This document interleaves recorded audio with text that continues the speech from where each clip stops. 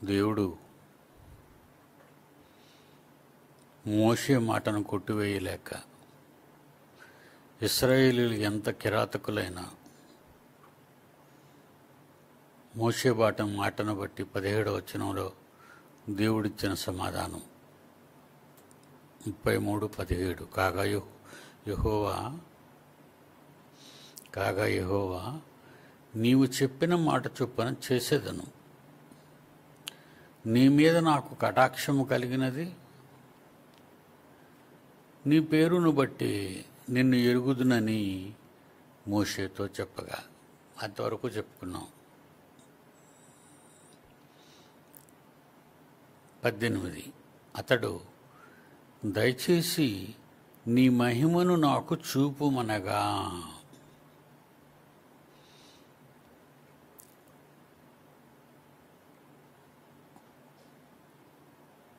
మహిమను చూపించమంటున్నాడు. 11వ వచనంలో ఏం చదువుకున్నాం? ఈ 33 అధ్యాయంలో 11వ వచనంలో ఒక మాట చదువుకున్నాం. మనుష్యుడు తన స్నేహితునితో మాట్లాడునట్లు యెహోవా మోషేతో ముఖాముఖిగా మాట్లాడనంటే కనబడి మాట్లాడే వాడు కాదు. అయినా దేవుడే స్వయంగా మాట్లాడటం లేదు. దేవుని పక్షాన దేవదూత మాట్లాడుతుంది. ఇది మాత్రం ఎప్పుడు కూడా మీరు మర్చిపోకూడదు. ఈమె ఇలాంటి మాటలన్నీ విని దేవుడు నాకు కనబడ్డాడు, దేవుడితో నేను మాట్లాడాను అని ఇలాంటివన్నీ చెప్పుకుంటారు.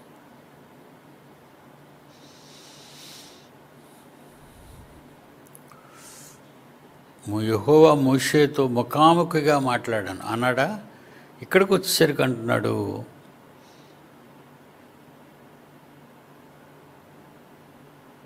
18వ వచనంలో మోషే అతడు దయచేసి నీ మహిమను నాకు చూపుమనగా. ఒకసారి ఏదైనా పెద్ద పెద్ద ఊరేగింపులు అవుతాయి అనుకోండి, దేవతల ఊరేగింపులో కానివ్వండి, దేవుళ్ళ ఊరేగింపులో కానివ్వండి, మనుషుల పెళ్ళి ఊరేగింపుల్లో కానివ్వండి, ముందే పెళ్ళి కొడుకు పెళ్ళి కూతురు కారులో ఉండడం చూడం. ముందు చాలామంది జనం నడుస్తుంటారు, ఆ మధ్యలో మేళతాళాలు వాయిస్తుంటారు, ఆ తర్వాత రకరకాల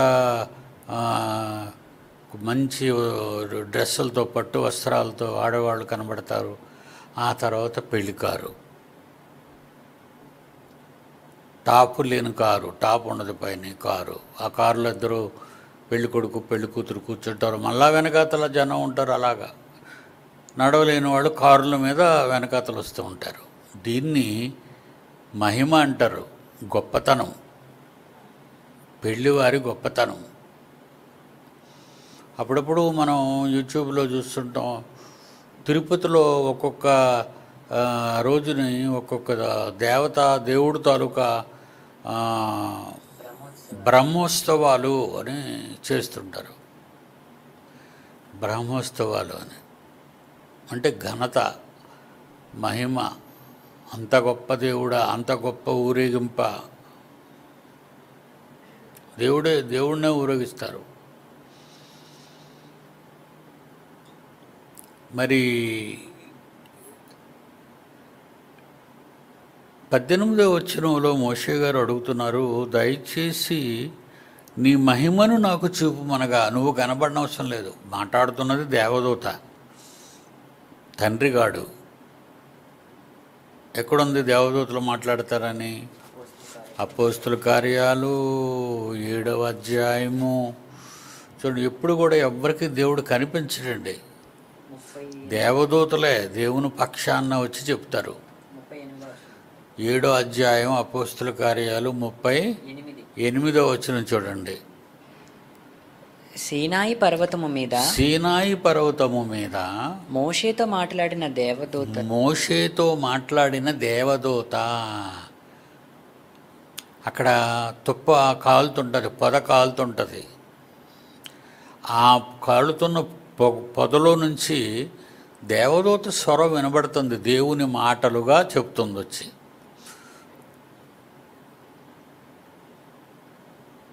దేవుడు భూలోకంలో ఉండడానికి భూలోకం సరిపోదు. ఎందుకంటే మాట ద్వారా సృష్టించాడు కలుగునుగాక అని. దేవుని మాట ద్వారా కలిగిన భూలోకం ఉన్న ఈ లోకం, ఈ విశ్వం దేవునికి సరిపోదు. ఆయన కొలతలు మనకెప్పుడు తెలుసు, చెప్పుకుంటాం. ఆకాశ మహాకాశాలు పట్టజాలనంత.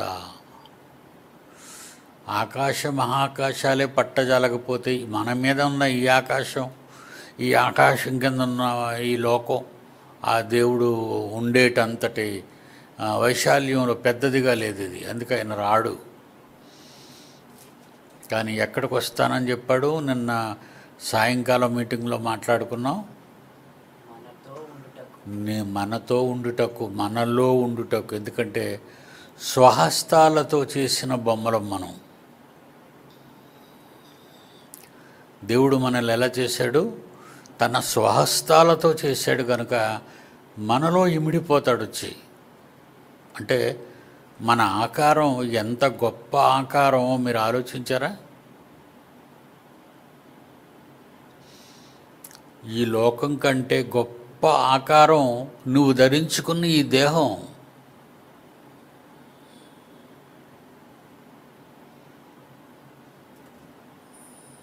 మంచి పాట కుమారుడు కట్టాడు. నేను నేసాను ఆయన పాట. అండం పిండం బ్రహ్మాండం, ముందేమో అండం తరువాతే పిండం. ఆకాశాలు పట్టవు. దేవుడు తన చేతులతో చేశాడు నిన్ను బొమ్మ. ఆయన చేతులతో చేసిన దానిలో ఆయన ఉంటాడు. ఆయన మాటలతో చేసిన లోకంలో ఉండలేడు. భూమి ఆకాశములు కలుగుగాక అంతే వచ్చేసేవి. ఆయన మాటలతో చేసిన ఈ మహానిర్మాణం, ఈ సృష్టి, ఇందులో ఆయన ఉండలేడు. పట్టదు ఆయన్ని పట్టాలి అంటే ఆయన చేతులతో చేయబడిన మానవ దేహం, మన శరీరం. అందుకే ఆయన మనలోకి, నిన్న రోమపత్రికలో చదువుకున్నాం కదా, నిన్న 8వ అధ్యాయం రోమపత్రిక. ముందు క్రీస్తు వస్తాడు, ముందు ఆత్మ, ఆ తర్వాత క్రీస్తు, తర్వాత తండ్రి. 11వ వచనం, 8వ అధ్యాయం 11వ వచనం రోమాపత్రిక. మృతులలో నుండి యేసును లేపిన వాని తండ్రి అయిన ఆత్మ మీలో నివసించిన ఎడల, మీలో నివసిస్తాడట వచ్చి మనలో. ఎంత గొప్ప భాగ్యం అండి! తండ్రి మనలో ఉండడం ఎంత గొప్ప భాగ్యం అని నిజంగా మీరు ఆలోచించారండి. ఈ దేహంలో మనం అనుభవిస్తున్న ఈ శరీరంలో ఆయన వచ్చి ఉంటారంటున్నాడు, ఇష్టపడుతున్నాడు ఉండడానికి. ఏ తండ్రి అండి తన పిల్లల దగ్గర ఉండడానికి ఇష్టపడాడు చెప్పండి మీరు? పోనీ భూమి మీద ఏ తండ్రి తన పిల్లలతో ఉండడానికి ఇష్టపడడు? ఏ తండ్రి అయినా ఇష్టపడతాడు. ఈ ఇష్టం అనేది పరలోకపు తండ్రి దగ్గర నేర్చుకున్నారు తల్లిదండ్రులు. పరలోకపు తండ్రి ఎలాగైతే తన పిల్లలలోకి వచ్చుంటాడో, ఆ ప్రేమ, ఆ వచ్చి ఉండటం అనేది భూమి మీద మన కన్న తల్లిదండ్రులకు తెలుసు. వీళ్ళకి అది ఎలాగొచ్చిందంటే దేవుని నుంచి నేర్చుకున్నారు అంతే. వాళ్ళకి మరి ఇంత లోతు తెలియదు వాళ్ళకి. ప్రపంచంలో ఉన్న తల్లిదండ్రులైన మానవాళికి ఇంత లోతు ఉంది దేవుడు మనలో ఉండటానికి అనేటటువంటి వాక్యాలు వాళ్ళకి తెలియవు. ఎవరు చెప్పరు, ఎవరికి తెలియదు కూడా. ఇది Bible open city India international మాత్రమే ఈ రీసెర్చ్, ఈ పరిశోధనాత్మకమైన ఆలోచనలు మీకు చెబుతుంది, నేర్పిస్తుంది. ఏమడిగాడు మోషే 33:18, దయచేసి నీ మహిమను నాకు చూపుమనగా 19వ వచనంలో ఆయన అంటున్నాడు, ఆయన నా సర్వోత్తమత్వమును నీ ఎదుట కనపరిచెదను, యెహోవాను నామము నీ ఎదుట ప్రకటించెదను, నేను కరుణించు వారిని కరుణించెదను, ఎవని యందు కనికర పడెదనో వాని యందే కనికర పడెదనెను. మరియు ఆయన 20, నీవు నా ముఖమును చూడజాలవు, ఏ నరుడు నన్ను చూచి బ్రతకడనెను.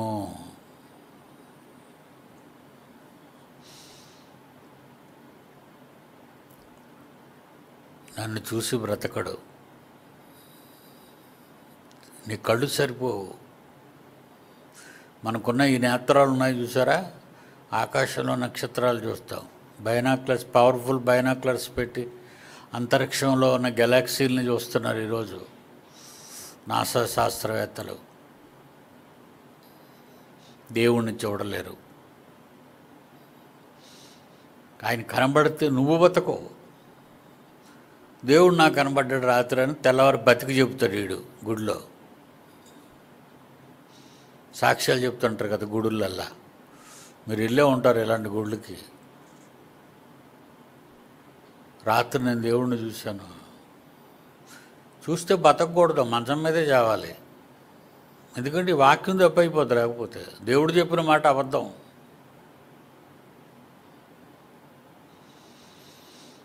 నా సర్వోన్నతత్వాన్ని నువ్వు చూస్తావులే, మహిమను చూస్తావు, నా గొప్పతనాన్ని చూస్తావు.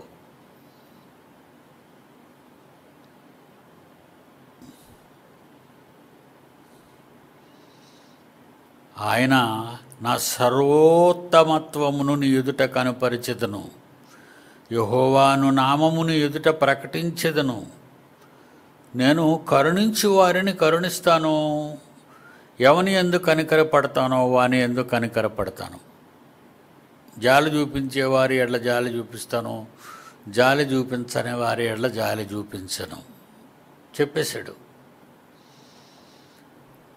ఉదయం ఆరాధనకు వచ్చి సాయంకాలం తరగతులకు రాని వారి మీద ఆయన కరుణ ఉంటుందా? చూడండి మరి. అంటే వారంలో ఒకరోజు, ఆ ఒక రోజులో ఒక పూట, అదే నువ్వు టిఫిన్ తినేసి వచ్చి ఇడిచిపెట్టేసరికి ఇంటి దగ్గరికి వెళ్ళి మధ్యాహ్నం తినేయడానికి, అంటే ఒక 2 గంటలు దేవుడికి ఇవ్వటానికి మనిషి ఆలోచిస్తున్నాడు. ఇలాంటి వాళ్ళ మీద కనికరించాలా?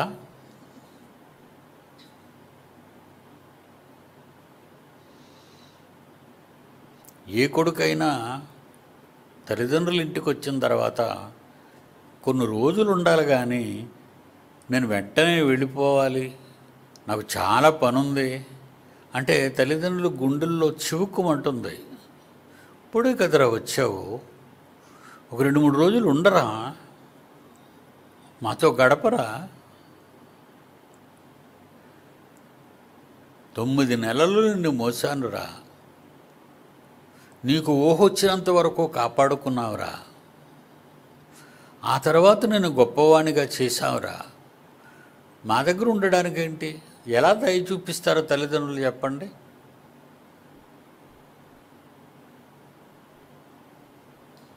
మీరు అంతే. ఉదయం వచ్చారు, అన్ని ఫ్లోర్లు నిండిపోయి, సాయంకాలం 4వ ఫ్లోరు ఒక్కటే. అంటే వాళ్ళ మీద దయ చూపించాలా?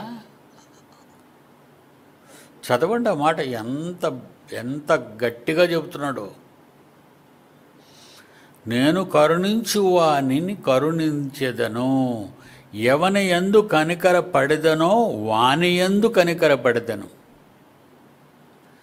ఎవరి మీద కనికరం చూపించాలో నాకు తెలుసు, నేను చూపించగలను.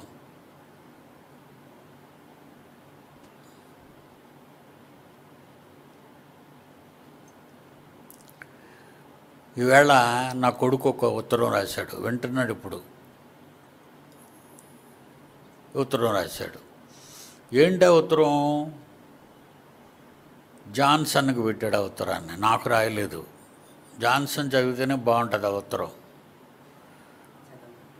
చదువు, మైక్ పెట్టుకొని చదువు. గౌరవనీయులైన ఆత్మీయ నాన్నగారికి మీ కుమారుడు షడ్రక్ రాజు నమస్కరించి విన్నవించుకొను విన్నపం. నాన్న, ఈ నెల 21వ తేదీన నా పుట్టినరోజు. మోదవలసలో ఉన్న పిల్లల మధ్య జరుపుకోవాలని ఆశపడుతున్నాను.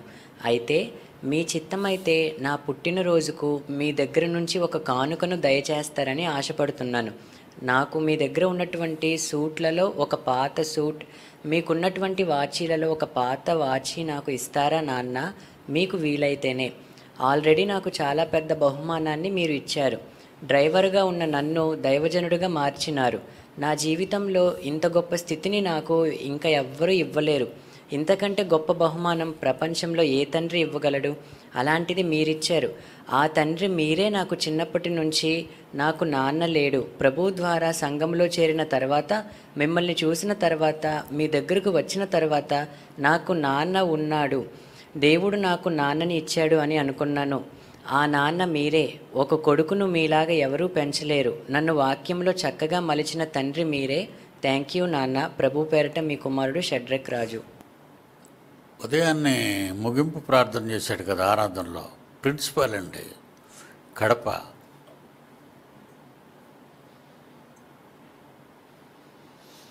మరి నేను నాన్నను కదా, దేవుని పనిలో ఉన్నాడు కదా, మరి నేను దయ చూపించాలి కదా, కరుణించాలి కదా. ఏమని చెప్పానో జాన్సన్, వెంటనే జాన్సన్తో చెప్పాను, ఒరేయ్ ఈ మాటలు చెప్పు మీ అన్న. ఏమని చెప్పమన్నాను ఆయన? అదిగో ఆయన, ఆ బాబు. ఏమని చెప్పమన్నాను ఆయన? బహుమానమును సిద్ధపరిచి ఉన్నాను, తప్పకుండా వచ్చి తీసుకో. బహుమానములు సిద్ధపరిచి ఉన్నాను, నీ వచ్చి తీసుకోవచ్చు. దేవుడు అంతే కదండి, దేవుడు కూడా అంతే. మీరు అడగటం ఎంత అడగండి. నాకే ఇంత మనస్సు ఉంటే నన్ను కన్న నా పరలోకపు తండ్రికి ఇంకెంత పెద్ద మనస్సు అండి. నీకు జరగడం లేదంటే కారణం ఏంటంటే నీ దరిద్రమే. ఆరాధనకు వస్తే క్లాసులకు రావు, లేకపోతే ఆత్మహత్య చేసుకుంటానంటావు. డబ్బుంటే పెద్ద మూట పడిపోవాలి, అప్పుడు ఆత్మహత్య చేసుకో. ఎలా వచ్చేస్తుంది? ఏది ఇవ్వాలన్నా ఆయన ఇవ్వాలి కదా. రాజులను నమ్ముకొనుట కంటే, అధికారులను నమ్ముకొనుట కంటే నీ తండ్రి అయిన దేవుణ్ణి నమ్ముకో.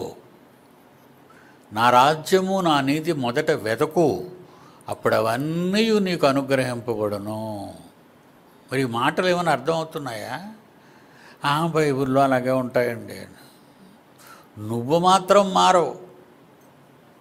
బైబిల్లో అన్నీ అలాగున్నా నీలో మాత్రం మార్పు రాదు. మరి నీకెందుకు ఇవ్వాలి? ఏదైనా ఒక కారు అయినా, ఒక మేడైనా, ఒక పరువు అయినా, ఒక ప్రతిష్ట అయినా, ఒక పేరైనా, ఒక గొప్పతనం అయినా, ఒక ఆరోగ్యమైనా, ఒక సంతోషమైనా దేవుడు నీకు ఎందుకు ఇవ్వాలి? ఏం చేసావని దేవుడు నీకు ఇవ్వాలి? ఇశ్రాయేలీలు ఆ రోజు దేవుణ్ణి ఎలా ఎదిరించి విసిగించి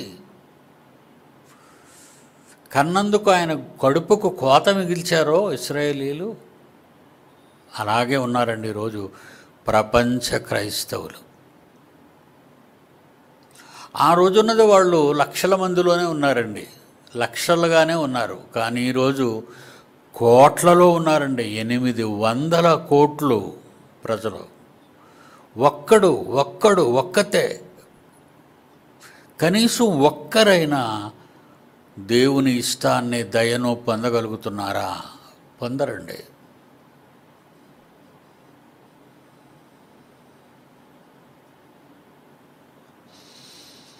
మోషే అడుగుతున్నాడు, నీ మహిమను చూపించు తండ్రి అని. అప్పుడు ఆయన చెప్పుకొస్తున్నాడు. ఒకవేళ చూడాలనుకుంటున్నాడేమో మోషే నన్నని. చాలా కాలమైంది కదా, సినాయి కొండ మీద కదా కనబడి ధర్మశాస్త్రాన్ని ఇచ్చాడు, కనబడి దేవదూత ద్వారా. పాపం నన్ను చూడాలనుకుంటున్నట్టున్నాడు పాపం మోషే అని అనుకుని 19వ వచనంలో మోషేతో అంటున్నాడు, నా సర్వోత్తమత్వమును నీ ఎదుట కనుపరిచెదను, యెహోవాను నామమును నీ ఎదుట ప్రకటించెదను. నేను కరుణించు వాని కరుణించెదను, ఎవని యందు కనికరపడదనో వాని యందు కనికరపడదనను. నమ్మగలుగుతున్నారు ఆయన కనికరపడతాడంటే? నువ్వు నమ్మకపోతే కనికరాన్ని చూడవు, కోపాన్ని చూస్తావు. నువ్వు దేవుని కొరకు బ్రతకకపోతే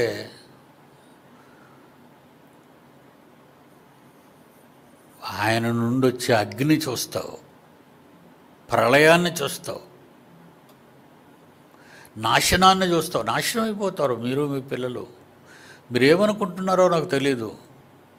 దేవుని యందు భయభక్తులు లేని తల్లిదండ్రులు చెడిపోతారు, వాళ్ళకు పుట్టిన సంతానం సర్వనాశనం అయిపోద్ది, ఎందుకు పనికిరారు. మీరనుకుంటారు గొప్ప గొప్పోళ్ళు చేసేద్దాం ప్రపంచంలో పిల్లల్ని మీరనుకుంటారు. గొప్ప గొప్ప చదువులు చదివించి గొప్పోళ్ళు చేసేద్దామని మీరనుకుంటారు. నాశనానికి పోతారు. కన్ను మూస్తే పోయేది నిత్యాగ్ని దండన.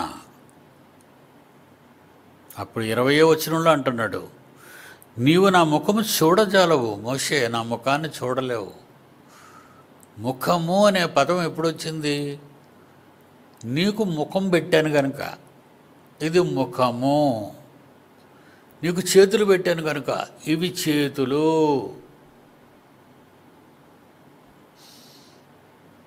కళ్ళు పెట్టాను కనుక కళ్ళు, ముక్కు పెట్టాను కనుక ముక్కు, చెవులు పెట్టాను కనుక చెవులు. కాళ్ళు, చేతులు, పాదాల వరకు నీ ఆకారాన్ని మట్టితో చేసింది నేనే. నేను చేశాను కనుక నీకు ఆ ఆకారం వచ్చింది. కనుక నువ్వు ముఖం చూడాలి, ముఖం చూడాలి, ముఖం చూడాలంటే నేను మట్టితో చేయబడిన వాడను కాను.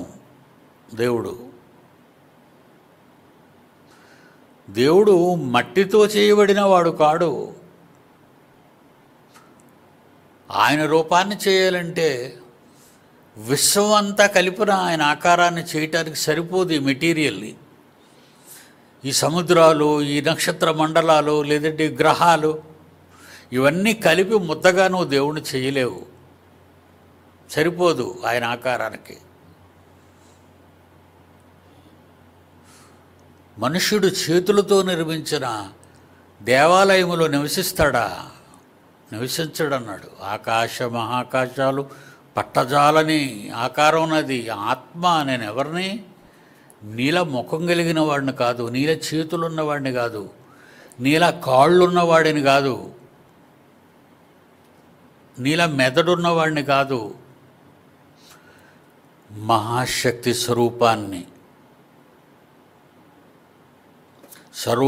సర్వోత్తమమైనది. నా పవరు, సూపర్ న్యాచురల్ పవర్స్ నా దగ్గర ఉన్నాయి. నన్ను మీరు చూడలేరు, చూస్తే బ్రతకలేరు. మోషేతో అంటున్నాడు. మోషే ఒకవేళ తప్పుడు ఆలోచనలో ఉండి అడుగుతున్నాడేమో దేవుడు ముఖం చూడాలని. దేవుడు ముఖం అంటే మనలాంటి ముఖం ఒకటి కనబడిపోతే దేవుడు కనబడ్డా? ఇప్పుడు అడుగుతానంటే దర్శనాలు కలిగే వాళ్ళకి నాకు రాత్రి దేవుడు కనబడ్డాడు, మాట్లాడాడంటే ఏ రూపంలో కనబడ్డాడు దేవుడు? నీలాంటి పేడ ముఖం వేసుకొని కనబడ్డా? నీలాంటి చెత్త ముఖం వేసుకొని కనబడ్డా? మట్టి ముఖం వేసుకొని కనబడ్డా నీకు? ముఖాలు చూసుకునేది మనుష్యులే, మనమేనండి ముఖాలు చూసి మాట్లాడుకునేవాళ్ళం. దేవుడితో మనం మాట్లాడగలం, ముఖం చూసి కాదు. దేవుడు ఉన్నాడు అనుకుని ప్రార్థన చేస్తాం, మాట్లాడతాం. నా ముందు ఉన్నాడని మాట్లాడతాం, నాలో ఉన్నాడని మాట్లాడతాం. నాలో ఉన్నాడు, నీలో ఉన్నాడా? ఆయన అందరిలో ఉన్నాడు, అందరిలోను. ఎఫ్సి పత్రిక 4వ అధ్యాయం 6వ వచనం. ఎఫ్సి పత్రిక 4వ అధ్యాయం 6వ వచనం. అందరికీ తండ్రి అయిన దేవుడు ఒక్కడే, అందరికీ తండ్రి అయిన దేవుడు ఒక్కడే, ఆయన అందరికీ పైగా ఉన్నవాడై, అందరికంటే పైగా ఉన్నవాడై, అందరిలోను వ్యాపించి, అందరిలో ఉన్నాడు.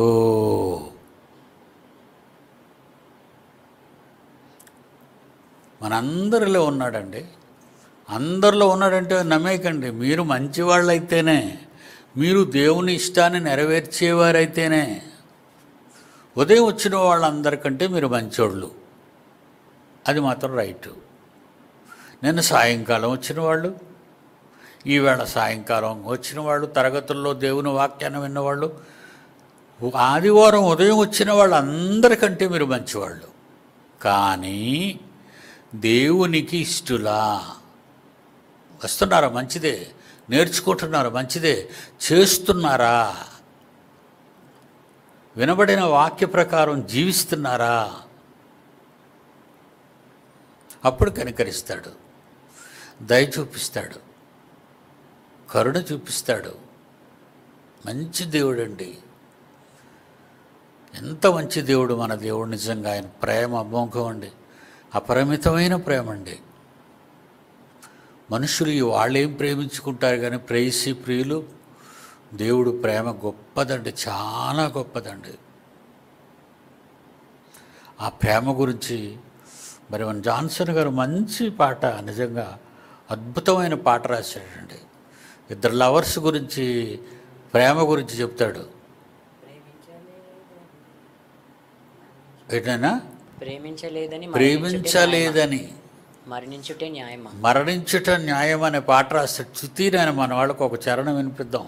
ప్రేయసి కంటే ప్రియుని కంటే, ప్రేయసి కంటే ప్రియుని కంటే దేవుడే ముందు ప్రేమించాడుగా. దేవుడే ముందు నిన్ను ప్రేమించాడు. ప్రేమ అంటే ఏంటి, ఎలా ఉంటుంది? ప్రేమ అంటే ఏంటి, ఎలా ఉంటుంది? దేవుడే ముందు తెలిపాడుగా. దేవుడే మనకు తెలిపితే తెలిసింది ప్రేమ అంటే అని, లేకపోతే మనకు ప్రేమ అంటే తెలీదు. ప్రేమ ఎవరు నేర్పించారు అనుకున్నారు? మీకు మీరు నేర్చుకున్నారా ప్రేమ అంటే? దేవుడు నేర్పించాడు ప్రేమ అంటే ఏంటో అందరికంటే.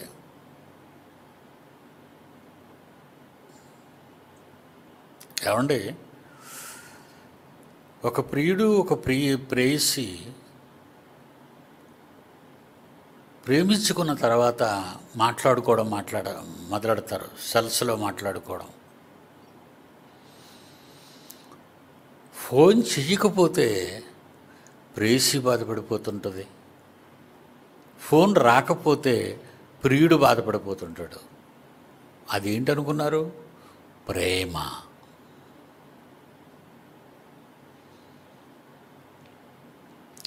పొరపాటున బాగా ఆలస్యం చేసి ఫోన్ చేసామనుకోండి, ఇప్పుడు తీరికైందా మీకు మాట్లాడడానికి? ఒకటి రెండు దడ మాట్లాడతారు. అలాగే ప్రేయస్కి ఫోన్ చేసామనుకోండి,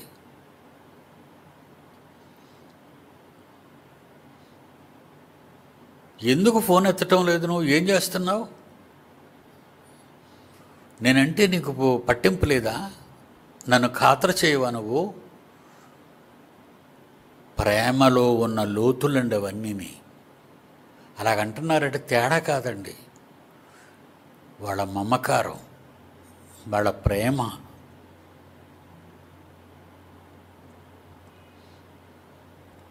మనమే ఇంత బాధపడిపోతే, భార్య ఫోన్ చేయలేదని భర్త బాధపడి, భర్త ఫోన్ చేయలేదని భార్య బాధపడుతుంటే, దేవుడికి నువ్వు దేవునితో మాట్లాడుతున్నావా, దేవుని కొరకు బ్రతుకుతున్నావా, దేవుని కొరకు చేస్తున్నావా? ఆయన ఎంత బాధపడిపోతాడు. నీ ప్రేమ సఫలం కాకపోతే చస్తానంటావే, నీ ప్రేమ సఫలం కాకపోతే చచ్చిపోతానంటావు. మరి దేవుణ్ణి ప్రేమించిన నువ్వేమవ్వాలి చెప్పు? దేవుణ్ణి ప్రేమించిన వారు ఏమవ్వాలి? చావాలి. అందుకే నిత్యాగ్ని దండనకు వెళ్ళిపోతున్నారు. అదండి ఆత్మహత్య అంటారు కానీ తప్పండి ఆ పదం. శరీరహత్య. ఆత్మ అంటే శరీరంలో ఉన్న ఆత్మ నరకంలోకి వెళ్ళటం ఆత్మహత్య. బాగా గుర్తుంచుకోండి బిట్టు. మామూలుగా చేస్తున్నారే అది శరీర హత్య, నరుని హత్య, మానవ ఆకారం హత్య, చంపేసుకున్నావు నీ దేహాన్ని. అంతేగాని ఆత్మహత్య, నువ్వు ఆత్మనేం చేయలేవు, అది నిత్యహత్య, నిత్య నరకం, అది ఆత్మహత్య. ఈ ఆత్మహత్యలకు పోయేవాళ్ళు ఎవరో తెలుసా? దేవుణ్ణి ప్రేమించని ఈ ప్రపంచ కోట్ల మంది మానవాళి ఆత్మహత్యలకే పోతున్నారు, నరకానికి. ఏదో వినేస్తున్నాం వెళ్ళిపోతున్నాం అనుకుంటున్నారు, కానీ చాలా పెద్ద పెద్ద బిట్లు ఇవి. మీకు బుర్రకెక్కటం చాలా కష్టం ఇది.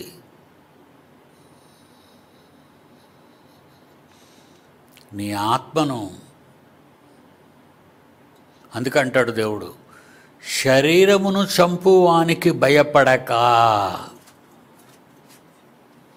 శరీరాన్ని చంపించుకోవడం అంటే నువ్వు తాడేసుకొని చచ్చిపోవడం, లేదా నువ్వు ఏదైనా ఎండిని దాగి చచ్చిపోవటం, లేకపోతే ఏదైనా పెద్ద కొండ మీద నుంచి దూకేయటం, లేదంటే కత్తితో పొడి చేసుకోవటం, నీకు నువ్వు ఆత్మహత్య, సారీ శరీర హత్య. అది ఆత్మహత్య అనుకుంటున్నావు. మత్తయి సువార్త 10వ అధ్యాయము 28వ వాక్యం. మత్తయి సువార్త 10వ అధ్యాయము 28వ వచనం. మరియు ఆత్మను చంపనేరక దేహమునే చంపు వారికి భయపడకుడి గాని, శరీరమును చంపే మీ ప్రేమలకు భయపడకుడి గాని, ఆత్మను దేహమును కూడా, ఆత్మను ఈ దేహాన్ని కూడా నరకంలోకి నశింప చేయటానికి తీసుకెళ్తాడు దేవుడు. వానికి మీరు భయపడండి. మిక్కిలి భయపడు. నీ ఆత్మను నిత్యాగ్ని దండనకు, ఆత్మహత్య, నిత్య హత్య, భయపడాలి దానికి.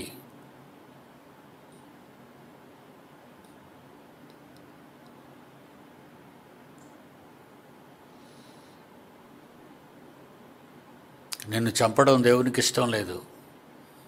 అందుకే చూస్తానన్న మోషేతో అంటున్నాడు 20వ వచనంలో, నీవు నా ముఖమును చూడజాలవు మోషే. ఏ నరుడైనా, ఆదాము చూశాడు అనుకున్నారా ఏదైనా వనంలో? లేదండి. ఏ నరుడు నన్ను చూచి బ్రతకడనెను.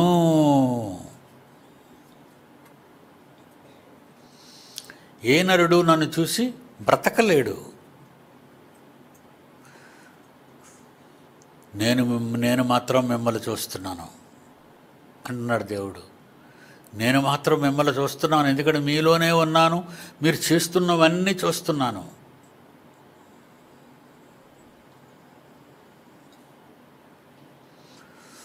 దేవునితో బంధం ఎలా ఉంటుందో మోషే జీవితంలో, మోషే జీవిత చరిత్రలో నిజంగా నిర్గమాకాండం నుంచి ద్వితీయోపదేశకాండం వరకు